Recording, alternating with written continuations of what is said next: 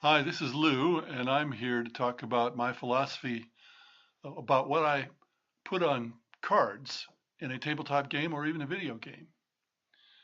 Now, this all stems from my general philosophy of game design, which is a designer knows when he has achieved perfection, not when there is nothing left to add, but when there is nothing left to take away. So I don't like cards with a lot of information on them other than rules. The purpose of cards to a considerable extent is to put the rules of the game onto the cards and not in the main rules so that players can learn the rules as they go along when they get a card and they read what the card says.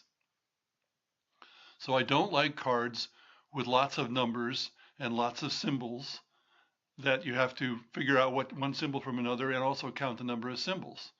It's quite common in games, but I don't do it because it's overly complex, it's hard to see, and it's just not necessary.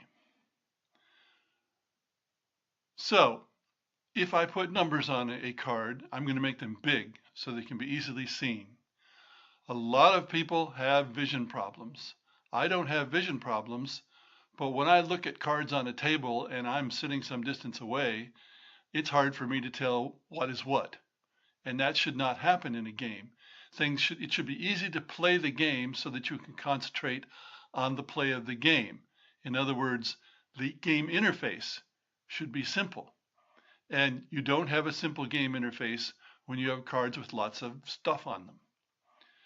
Now, I also try to avoid the 7-line rule, which I learned from CCG designers, which was the players aren't going to read more than 7 lines on the card. But in fact, I find it's a lot less than 7 lines.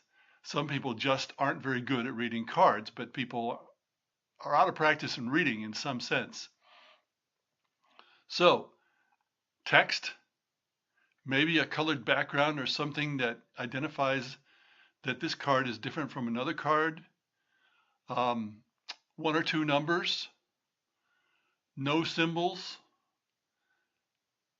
and that's all I want on the card.